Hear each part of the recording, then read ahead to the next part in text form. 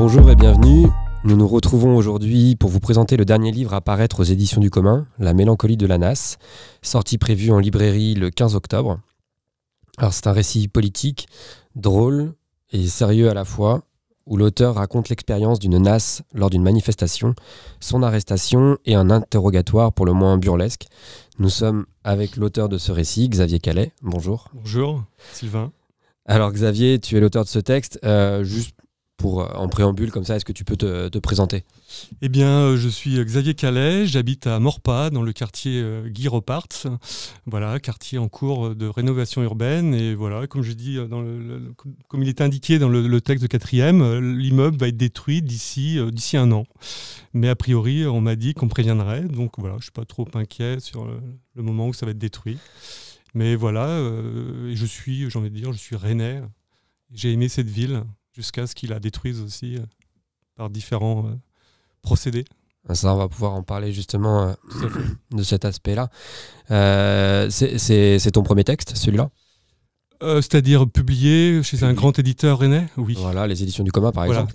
Oui, c'est le premier texte publié vraiment chez un vrai éditeur, je dirais. Okay. Autrement, c'était des tracts. Ce sont des vrais textes, mais pas, voilà, ça n'a pas le statut.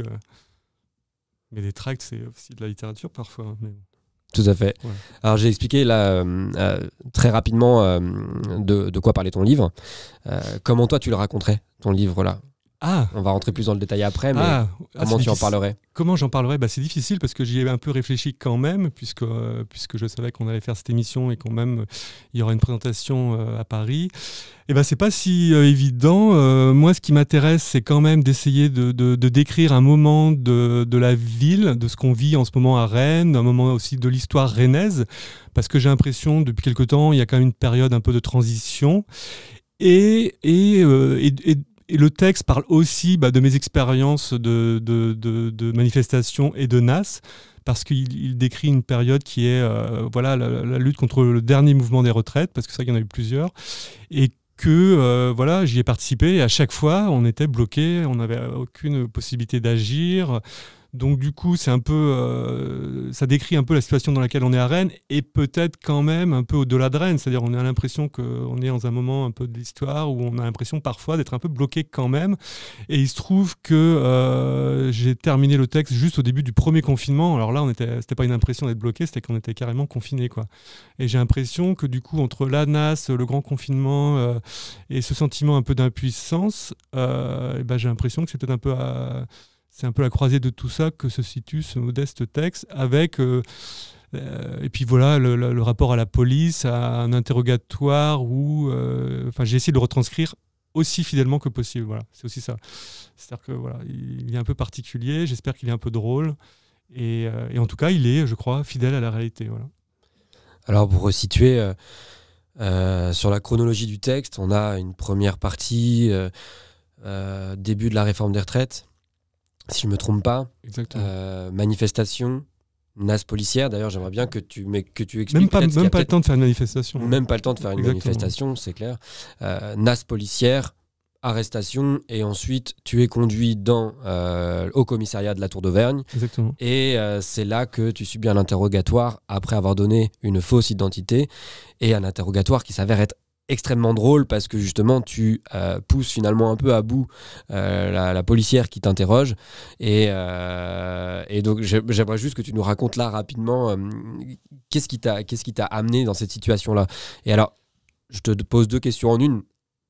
Avant de raconter ça, c'est peut-être expliquer aussi ce qu'est une NAS, parce que peut-être qu'il y a quelques personnes qui ne savent pas ce qu'est une NAS, et donc voilà, c'est quoi une NAS policière ? Eh bien, c'est le fait de retenir des manifestants, de les contraindre, de les empêcher de circuler librement. C'est-à-dire que ça arrive quand même quasiment jamais, c'est-à-dire qu'on est immobilisé dans une rue, dans un petit quartier, et on n'a pas le droit de sortir. Voilà, on n'a pas le droit de sortir. Alors, il se trouve que dans ma vie, c'est vrai, j'étais nassé comme plusieurs fois, et il y a eu des NAS qui étaient...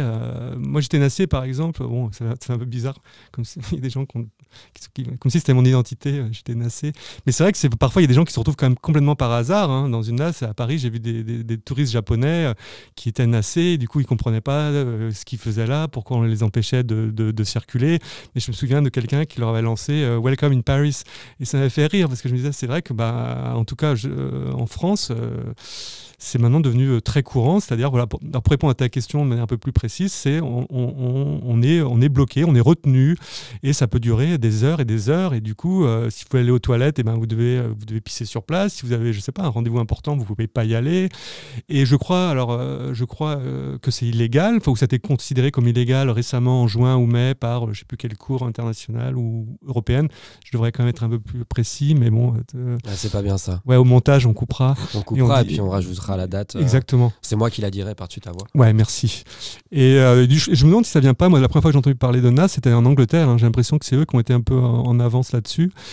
Et voilà, et je pense aux manifs de Gilets jaunes. Alors là, les manifs de Gilets jaunes, si je me souviens, c'était comme, par exemple, si on prend Paris, c'était une sorte de NAS mobile pour le coup. C'est que la manif avance, mais en fait, elle est entourée par la police. Et je me souviens que parfois, on ne pouvait même pas en sortir. Donc les pouvoirs publics peuvent dire, vous voyez, la manif a eu lieu, mais en fait, non, c'est...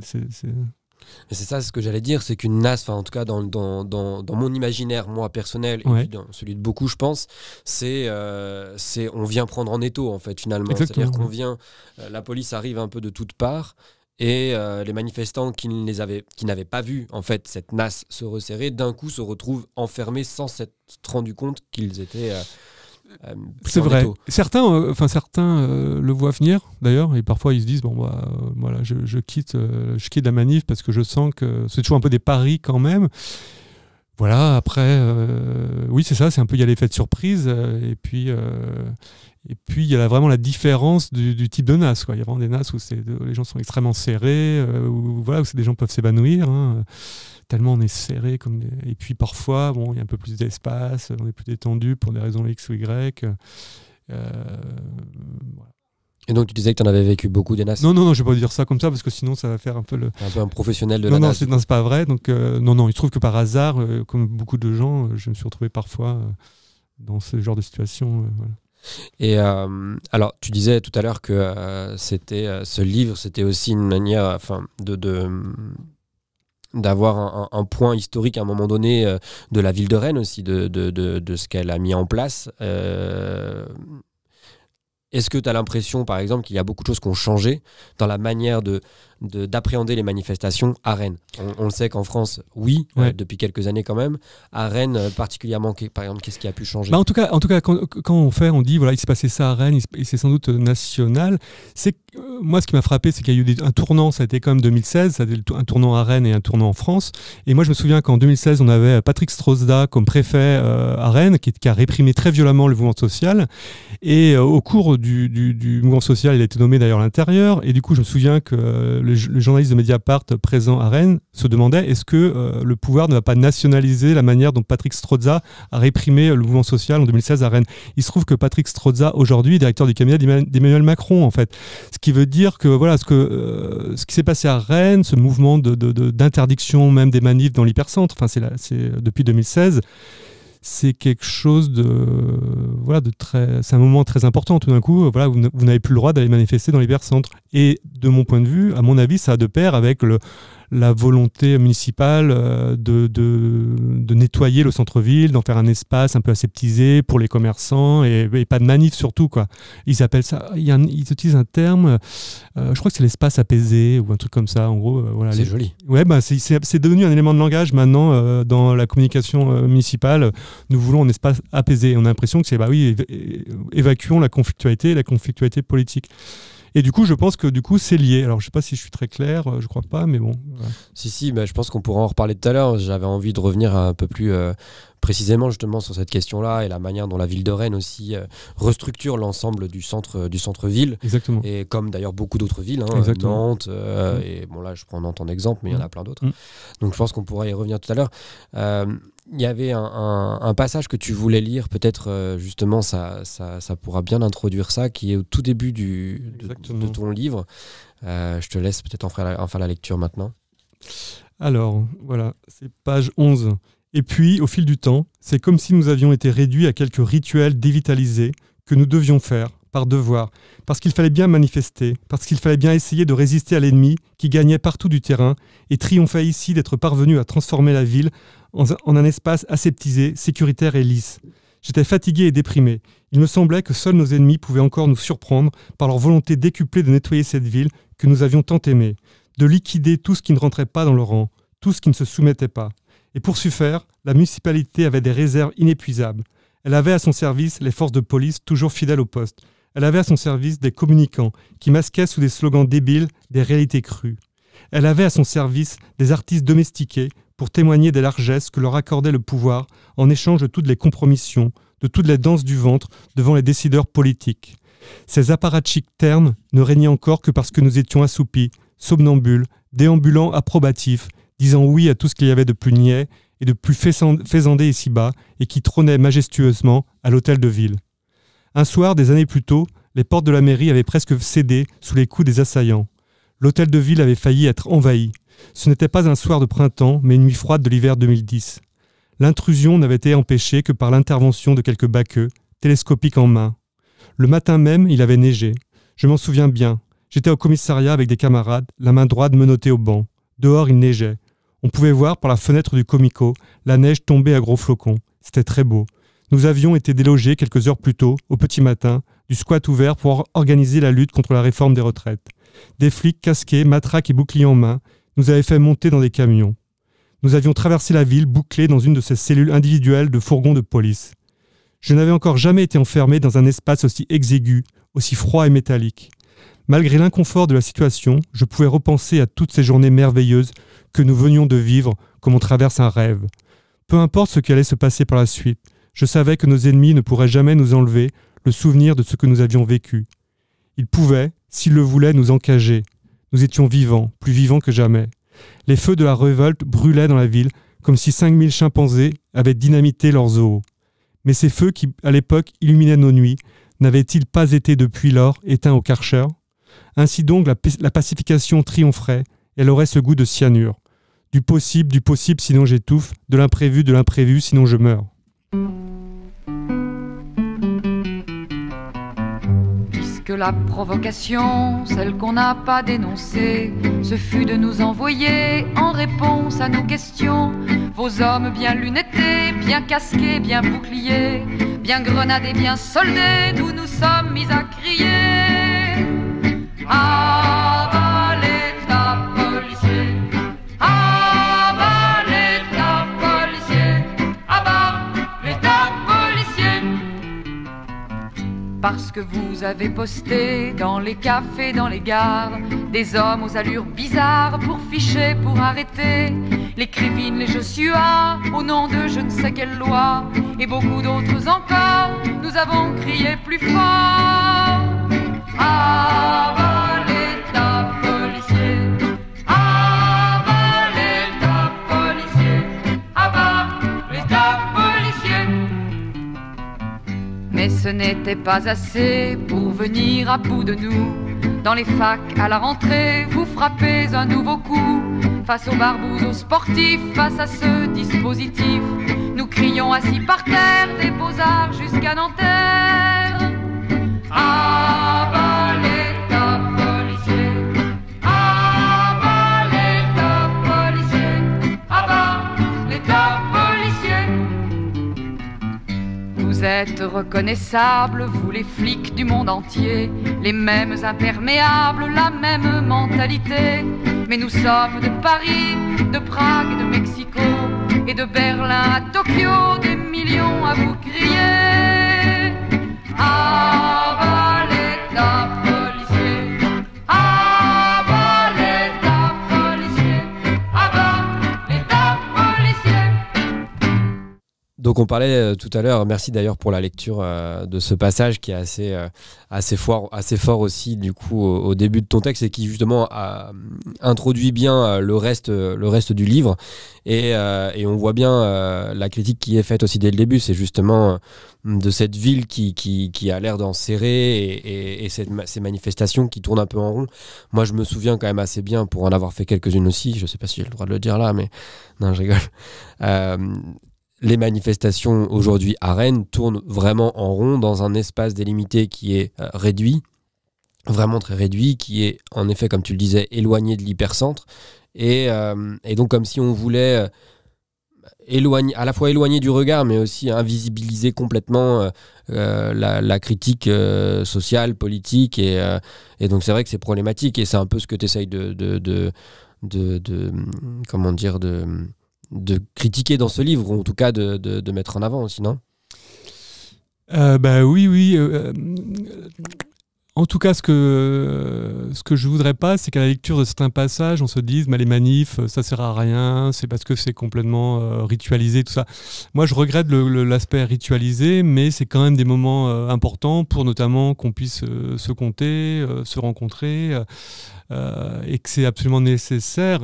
Voilà, le problème, c'est vraiment que, notamment, c'est leur encadrement et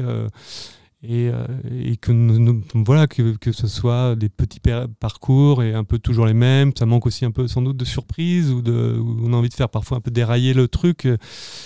Mais en tout cas, c'est que ça reste des moments absolument nécessaires. Voilà. Oui, tu fais bien la différence entre le fait que la municipalité ou la préfecture organise trop et d'ailleurs restreint les possibilités des manifestations, et le côté rituel qui est plutôt lui intéressant dans le sens où c'est aussi un moment qui peut être convivial, qui donne de l'espoir, qui donne un peu de la verve aussi à certains mouvements, mais en même temps tout en faisant bien cette différence là, et on la sent dans le livre, t'as un moment donné où comment dire, tu en parles avec une certaine ironie aussi de ce rituel là qui peut être parfois un peu fatigant, quoi. Exactement, ouais. Ouais, je pense que c'est quand même aussi un peu ressenti par beaucoup de gens. C'est-à-dire, il y a des formes. Oui, il y a une sorte d'un peu de lassitude peut-être. Parfois, on a l'impression que on sait déjà de comment ça va se passer. Ouais, on a l'impression que les choses sont un peu réglées. Alors bon, je caricature un peu et c'est un peu injuste parce que même je faisais comme si même le caillassage du Crédit Agricole était lui-même prévu. Ouais. Bon, voilà, ce qui n'est pas quand même. Alors justement, raconte pardon. comment ça. Excuse-moi de te couper. Raconte, c'est quoi, qu'est-ce qui est prévu ? C'est quoi un peu le rituel justement dans une manifestation ? Je sais pas. Je dirais c'est une bonne question parce que.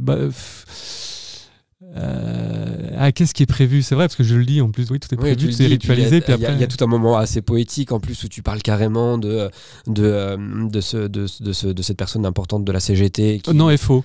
C'est FO. C'est monsieur le Restif. Oui, le Restif, voilà, c'est ça. Il y a tout un moment poétique comme ça où tu t'emportes, c'est très lyrique, c'est très beau, mais du coup, du rituel, tu en fais un moment très beau que tu as déjà un peu presque programmé, que tu sais ce qui va se passer et tu le vois en même temps. Enfin, c'est. Parfois, parfois on aurait envie que, bien évidemment, que ce soit des vrais débordements et puis que quelque chose d'imprévu se produise.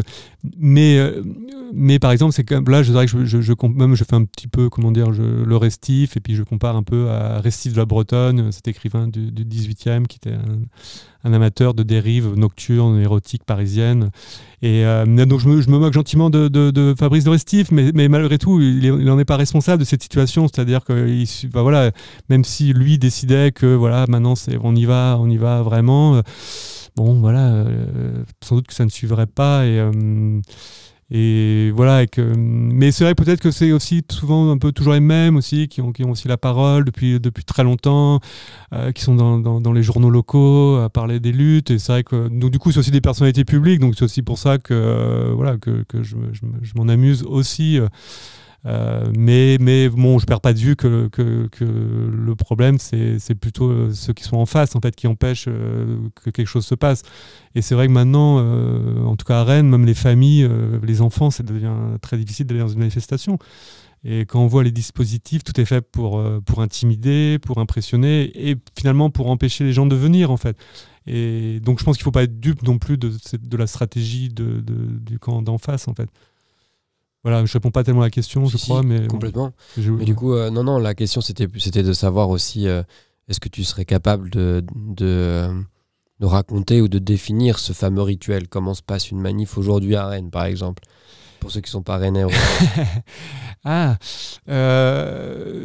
un rassemblement à Charles de Gaulle, un défilé, parfois la casse du Crédit Agricole ou d'une autre banque, et puis on revient au point de départ, et puis des interventions sans doute, effectivement, des interventions policières. Enfin là, quand je raconte certaines manifs, c'était vraiment au moment de la réforme des retraites, voilà, où les banderoles de tête étaient arrachées par les flics de la CDI, qui est une compagnie rennaise d'un genre très particulier, avec à sa tête un monsieur qui s'appelle Monsieur Moni, qui c'est la brigade qui est responsable de l'éborgnement de Jean-François, qui était étudiant en Rennes 2, et qui a été éborgné par cette brigade, j'allais dire cette bande, mais bon, on n'est pas loin quand même, en 2016.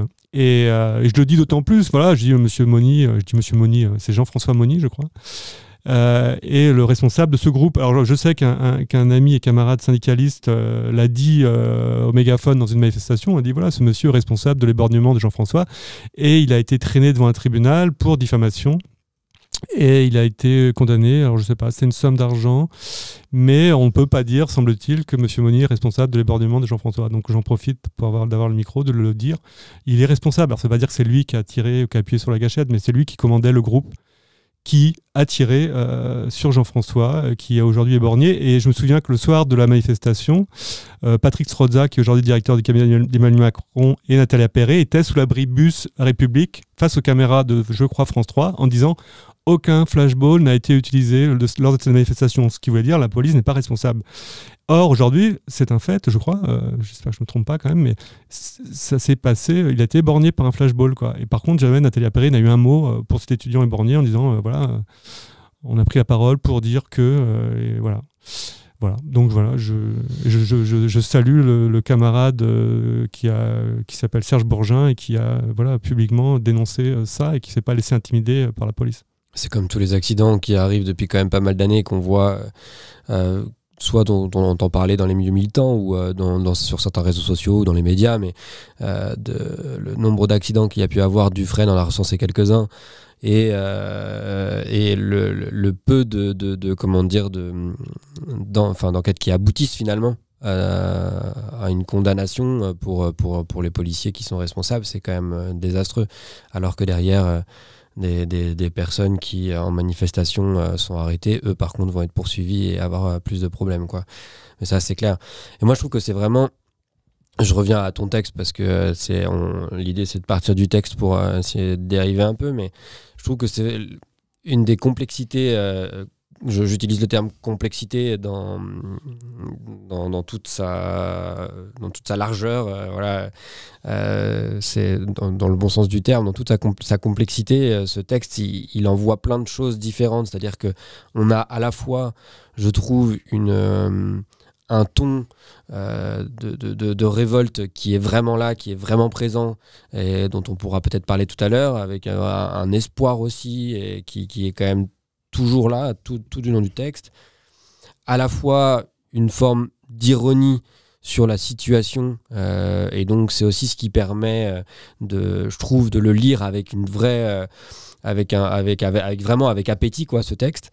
Et en même temps, il y a aussi un vrai travail critique, à la fois sur les manifestations, mais aussi sur la ville de Rennes, sur la manière dont les villes se construisent, se reconstruisent, travaillent leur identité, et puis enfin un côté comique aussi à la fin, avec cet interrogatoire où on va vraiment arriver à cet interrogatoire, parce que je trouve qu'il faut aussi qu'on en parle. Et donc il y a un vrai mélange que je trouve d'une complexité hyper intéressante, et que moi, c'est ce qui m'avait vraiment intéressé. Et peut-être pour raconter, je parle beaucoup, mais pour raconter l'anecdote, j'avais déjà entendu parler de cette anecdote-là avec toi. On se connaît avant, et on se connaissait avant, et en fait, quand tu m'as envoyé ce texte pour me demander mon avis, j'ai vraiment adoré, et c'est pour ça qu'on a travaillé ensemble là-dessus, parce que je trouve justement qu'il apporte une dimension qu'on retrouve pas toujours, en fait, dans les textes, et c'est pas toujours simple de lier ces différents aspects, en tout cas. Voilà. Ça, c'était mon Super, petit laïus. merci en tout cas. Un petit compliment en direct. Ouais. Et Public. public.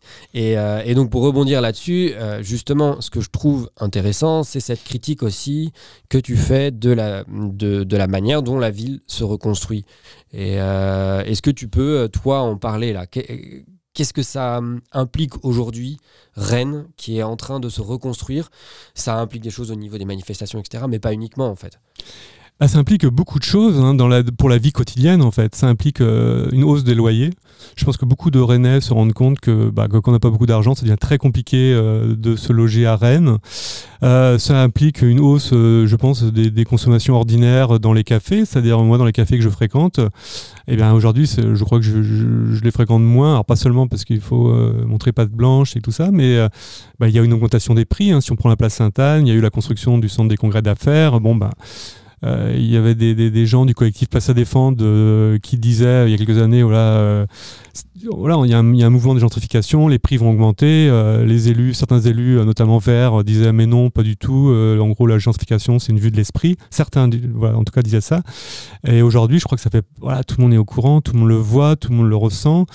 Du coup, c'est l'augmentation des loyers, augmentation des prix, mais aussi l'ambiance générale, un peu bobo, un peu sympa, un peu gentil, mais qui, comme ça, on pourrait dire, vous avez quoi contre le joli, les petites places aménagées de manière jolie. C'est que ce qu'il y a en dessous, c'est l'exclusion de certains, en fait. C'est la discrimination, c'est... Moi, à partir du moment où la question des prix ou la question de l'argent, en fait, c'est à partir du moment où les prix des consommations, par exemple, sont élevés, c'est comme si on disait à un certain nombre de personnes, vous n'avez pas le droit de venir ici. J'ai l'impression que c'est la discrimination qui est la plus acceptée, en fait. C'est-à-dire, oui, c'est comme ça, oui, il y a des gens, on ne veut, moi, dans le café où j'avais mes habitudes, alors, c'est ce qu'on m'a dit, on on ne sert plus de café à partir de 16h parce qu'on ne veut plus certaines populations. Voilà, on me l'a dit, quoi. Et alors, moi, j'ai demandé, mais il y avait des gens comme moi, on m'a dit, non, pas comme toi. Alors, bon. Et c'est des formes de discrimination très concrètes. Et donc je réfléchis à ta question, à quelle autre... Moi, je sais que j'ai vu place Sainte-Anne et même en haut de la place des Lys, des policiers virés à coups de pied, vraiment à coups de pied littéralement, des mecs qui étaient là avec leurs chiens et qu'on voulait remettre dans les marges, en fait. Okay. C'est clairement ça le but, parce que si on veut les virer de certains endroits, c'est pour qu'ils aillent ailleurs, et donc ailleurs, c'est dans les endroits où on les voit moins.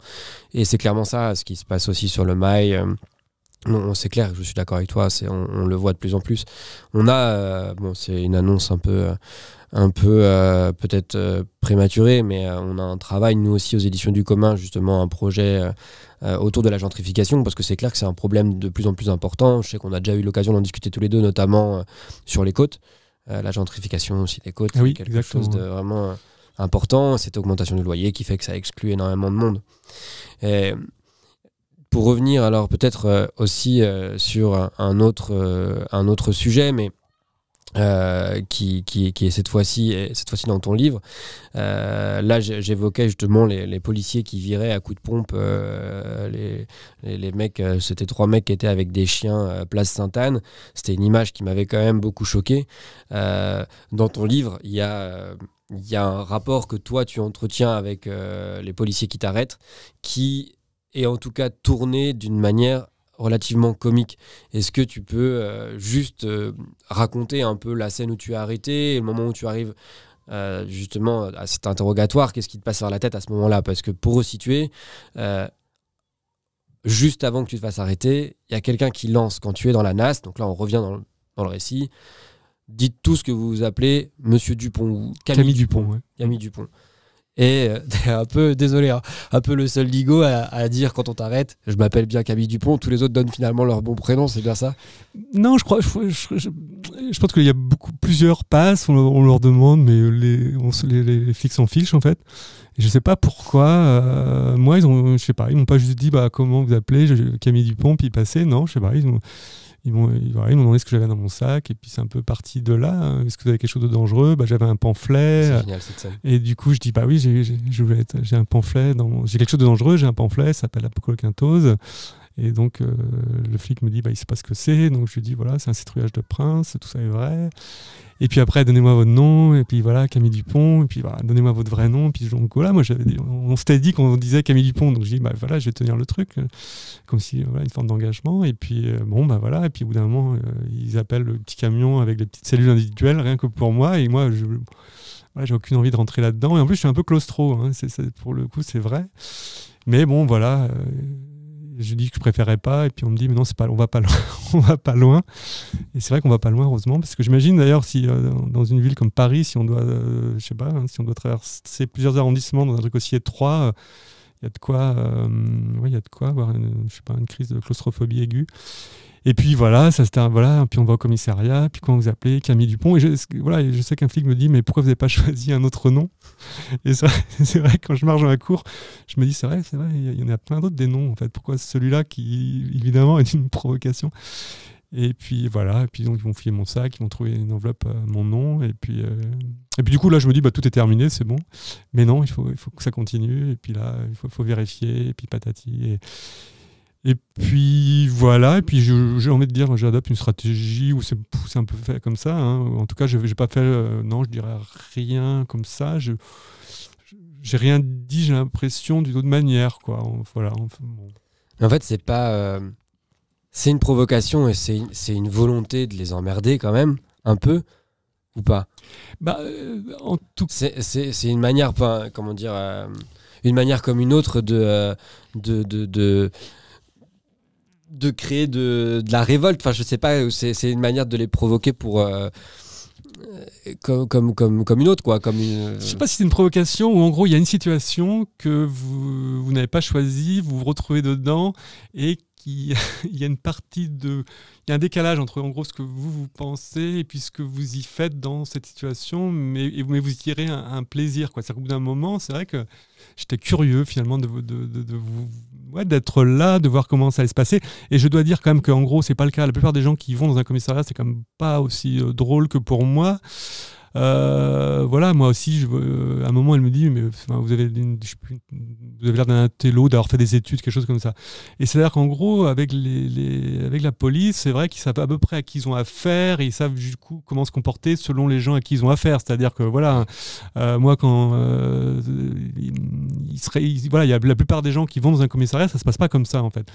Et c'est un reproche qu'on pourrait sans doute faire à ce texte en disant bah oui, mais là on a l'impression que voilà, qu'on s'amuse bien au commissariat, parce que voilà, c'est pas le cas pour la plupart des gens, et ça je pense que c'est important de le dire.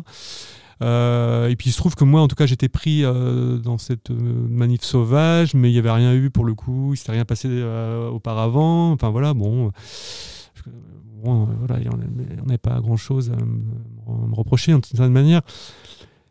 Et puis peut-être que prendre ça comme je l'ai fait, c'est aussi une manière de mettre un peu de distance entre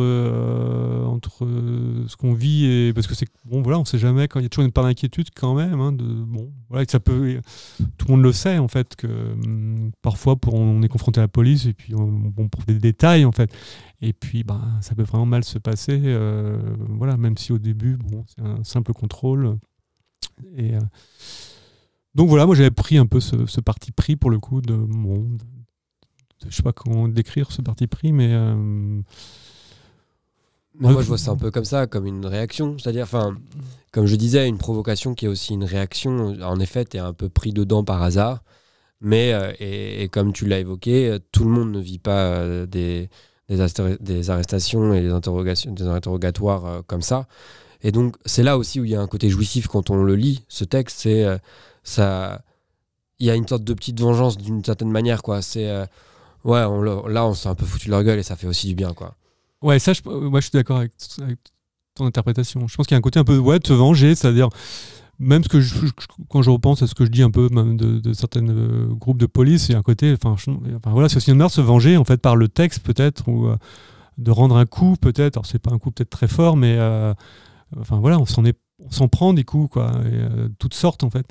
Et nos armes, peut-être que c'est aussi l'humour. Moi, c'est ce que je dirais aussi. C'est-à-dire qu'en gros, on ne doit pas négliger l'humour comme arme politique, en fait.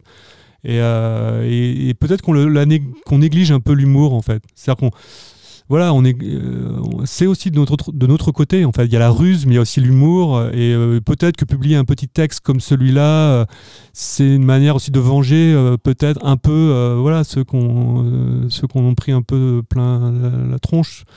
Alors c'est pas une vengeance à la hauteur, mais je pense qu'on doit pas. On ne doit pas renoncer à utiliser aussi. Ça fait aussi du bien, bien évidemment. Le combat, il se situe pas que là, bien évidemment. Mais j'aime bien l'idée, l'humour, la ruse, la rage et l'espoir, en gros. Quoi. Exactement. Man. Motherfucker, follow the nigga around, dude. That's real. Shit, y'all. Fuck these feds, redneck. Racist motherfuckers. I don't wanna run no more, but I know that if I stop, I'll be another nigga headed to heaven hanging with Pop. These motherfuckers look at me like I'm a slanger, making threats to my family, dog, I'm in danger. Who do you call when these agents want you dead? And they hit these penitentiaries and niggas make a pledge, so I dip and duck the fed. All my homies stuck out on indictments, caught up on the phone talking prices. 25 to life's the mandatory minimum. My whole community gets treated like they criminals. Trying convictions, getting motherfuckers hung. Gotta see out on the inside and everybody's song. Mothers and fathers separated from their sons. Households are broken, you couldn't hold your tongue. If it's yours, say it's yours, take the case, do your time. You was out here getting money from it, everything was fine. Now you crying in your jail cell, stressing on the case. And the DEA is at a nigga every other day. I can see it in your face, in the middle of your soul. You in question of your manhood, homie. Keep it cold. We don't talk to police, we don't make a peace bond. We don't trust in the judicial system, we shoot guns. We rely on the streets, we do battle in the hood. I was born in the G code, embedded in my blood. We don't talk to police, we don't make a peace bond. We ain't trusting in the judicial system, we shoot guns. We rely on the streets, we do battle in the hood. I was born in the G code, embedded in my blood. See, I be on some street shit, don't talk to police. I won't accept a visit from agents who wanna see if I got shit to say about a nigga case. I'm a motherfucking nigga through and through, I ain't gay. Know a nigga caught a case and he took his 25, set it out on appeal and gave him back that time. A soldier in his mind and his actions said the same. Told a cracker, tell your mammy suck his dick and see with James. Ain't no motherfucking game, we been living this for real. When the government is working, real niggas never squeal. Right here the truth revealed, drawing you a mouse. Yeah, you rapping, but the homie Lil Pots can't get out.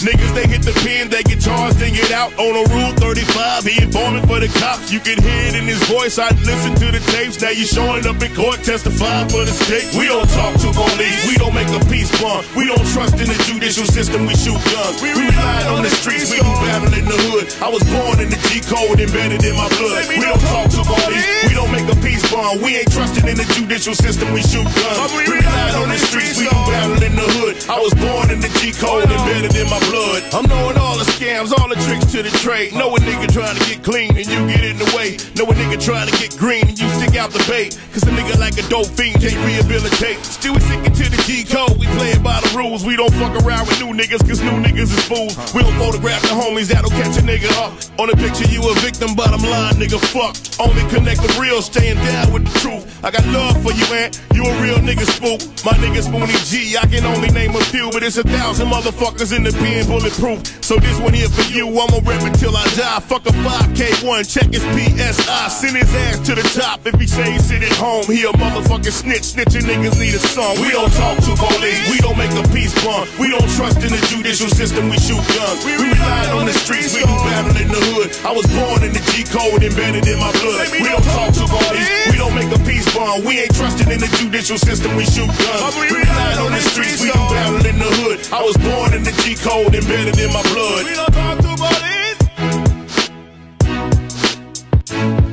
we rely on the streets, dog. Say me don't talk to police, but we rely on the streets, dog.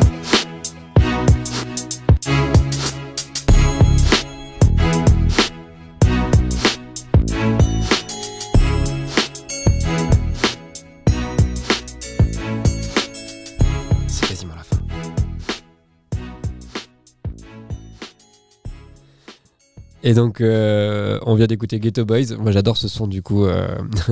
J'étais en train de dire que c'était quasiment la fin du morceau.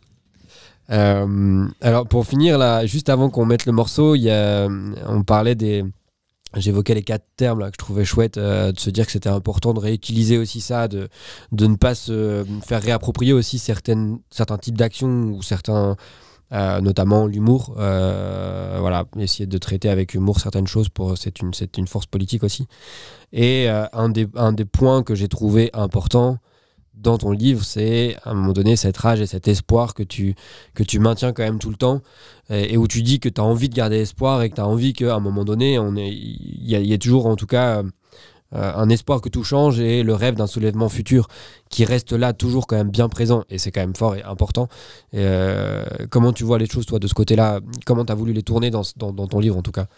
En tout cas, le titre ça s'appelle La mélancolie de la NAS, et en tout cas, comme l'indique la 4e de couve, c'est que la mélancolie peut être une tentation. Parfois, on peut se dire quand même, les choses sont quand même bien mal parties, on a du mal à agir, mais que c'est une tentation à laquelle il ne faut pas céder, quoi. Enfin, c'est-à-dire, il faut garder le désir de soulèvement à venir, et voire même qui sont peut-être déjà là, un peu frémissants, et garder une forme d'espoir. Je ne vais pas citer la phrase connue de Gramsci sur le pessimisme de la raison et l'optimisme de la volonté, mais bon, c'est un peu ça, cette idée, quoi. Il faut quand même garder à l'idée qu'il y a des choses à faire. C'est dit un peu rapidement tout ça, mais c'est vrai que je voudrais pas que le texte donne l'impression que oui, tout est ritualisé, les manifs, ça se termine par des NAS, et puis nos ennemis ont gagné. Enfin voilà, il y a autre chose bien évidemment à dire de la situation que ça, et c'est peut-être un peu un reproche qu'on pourrait sans doute faire au texte, c'est-à-dire de peut-être mettre l'accent un peu sur ça, quoi, sur le rituel, sur la dévitalisation, sur la NAS, et peut-être de perdre de vue un peu pourquoi on se bat, et c'est pas les causes qui manquent, surtout aujourd'hui, et notamment au niveau national, mais aussi au niveau local, voilà. Et peut-être qu'on est à un moment quand même, on sort un peu groggy, un peu comme un boxeur qui s'est pris quand même pas mal de coups, et qui j'ai l'impression que là on sort peut-être, j'espère, d'une période où on a été quand même pour le coup dans une grande nasse pendant assez longtemps, et c'est à nous maintenant de retourner un peu sur le ring, un peu plus, mais c'est pas évident. Et donc potentiellement ce livre il peut donner envie d'y retourner, quoi. Bah oui, le prochain texte ce sera la boxe, je pense, la suite. Après la mélancolie de la NAS, le goût de la boxe. Le goût de la boxe. Pourquoi la mélancolie de la NAS? Tu as expliqué un petit peu. Ah oui, c'est vrai. C'est un peu quand même le contre-pied du vertige de l'émeute de Romain Huette, qui est universitaire à Rennes 2, qui a beaucoup participé aux émeutes, qui les décrit dans ce livre paru aux presses universitaires de France. Il décrit un peu comment ça se passe, un peu le jeu aussi parfois que représente la participation à une émeute, et du coup il y avait quelque chose presque de drôle, en tout cas ça m'a amusé peut-être de prendre le contre-pied en disant il y a le vertige de l'émeute, et puis il y a aussi la mélancolie de la NAS quand cette adrénaline retombe, et puis tout d'un coup, et c'est vrai que quand on est nassé, c'est un peu ça qui me frappe, c'est-à-dire qu'en gros à partir du moment où on sait qu'on est nassé, là par contre toute l'énergie, il y a quelque chose qui s'arrête, quoi. C'est-à-dire que sans doute que le vertige à avoir avec le fait qu'il y a du possible, en fait. Mais même pour nos vies sans doute individuelles, quoi. Quand il y a du possible, des choses qui sont possibles, c'est que ça donne de l'énergie, ça donne de la joie, et à partir du moment où on se rend compte que les choses ne sont plus possibles, là tout d'un coup alors, je sais pas si c'est la mélancolie ou mais il y a une retombée de quelque chose, quoi, d'une excitation ou d'un espoir, et je crois que c'est ce qu'il y a de pire, quoi, de se dire que les choses sont pas possibles. Or c'est une erreur, c'est une vue de l'esprit, il y a plein de choses qui sont possibles, et à Rennes là il y a plein de choses à faire. Il y a clairement encore plein de choses à faire. Et du coup, on va s'arrêter ici, mais c'est vrai que le livre, je trouve, le titre est très poétique, et peut laisser à plein d'interprétations en fait possibles, mais j'aime bien celle que tu viens de donner, elle est très chouette, et en même temps ça donne envie aussi du coup de garder espoir et de vouloir faire plein de choses derrière. C'est un texte, je l'ai pas dit au départ, mais qui est quand même relativement court. Tout à fait. On est sur une 50aine de pages, donc c'est vraiment un texte qui se lit très très bien. Là, on a parlé plus longtemps que prend le temps pour le lire. Exactement. Faut quand même le dire aux auditeurs. Ouais, complètement. C'est vrai, c'est vrai. Mais c'est un texte qui se lit vraiment très bien, qui est très agréable à lire, comme je l'ai déjà dit. C'est pas vrai, ne l'écoutez pas. Non, toi tu trouves qu'il se lit pas bien ? Non, je pense que vraiment il se lit... Non, là je plaisante, parce que vu qu'on était sérieux pendant toute l'émission... Il est parti, comment dire, il est pas objectif, Sylvain. Je suis pas objectif parce que je l'ai dit. Exactement. En effet, mais je pense que dans un grand média, ça serait pointé comme un conflit d'intérêt. Hein. Et c'est un conflit d'intérêt. Exactement. Et en plus, on l'assume. Et en plus, il l'assume. Je vais faire un texte sur les conflits d'intérêt dans l'édition rennaise. L'amertume des conflits d'intérêts, quelque chose comme ça. Ouais, je réfléchis au titre. Ça marche, tu me soumettras le texte, on verra si je t'ai dit ou pas. En tout cas, Xavier, donc le livre sort le 15 octobre et tu vas être à Paris dans la librairie Le Mont en l'air le 1er octobre pour une soirée de lancement. Exactement. Il y aura une rencontre qui est prévue avec cette librairie, qui est une super librairie de Ménilmontant. Ouais. Et je vous conseille vraiment, si vous êtes à Paris, d'y aller parce que ça devrait être un beau moment, je pense. Ouais, ou en tout cas de passer, de manière générale, il faut passer au Mont en l'air dans le sens où c'est vraiment une librairie à soutenir, quoi, une librairie indépendante qui est vraiment super. Hein. Pour finir, donc La Mélancolie de l'Anas fait partie de la collection des réels. Dans cette collection, on a plusieurs textes. Celui qui est sorti le plus récemment, c'est Se faire virer de Manon Delattre sur en gros les métiers du cinéma et les difficultés parfois en fait à vivre ou à accepter aussi de vivre dans des métiers passion qui sont parfois un peu compliqués. On a perdu Quentin sur les métiers de cordiste, La Communale également, bref, oui. plein de livres dans cette collection des réels qui est une collection littéraire aux éditions du commun. Voilà, eh bien merci en tout cas, merci Xavier, et puis merci Sylvain, à bientôt.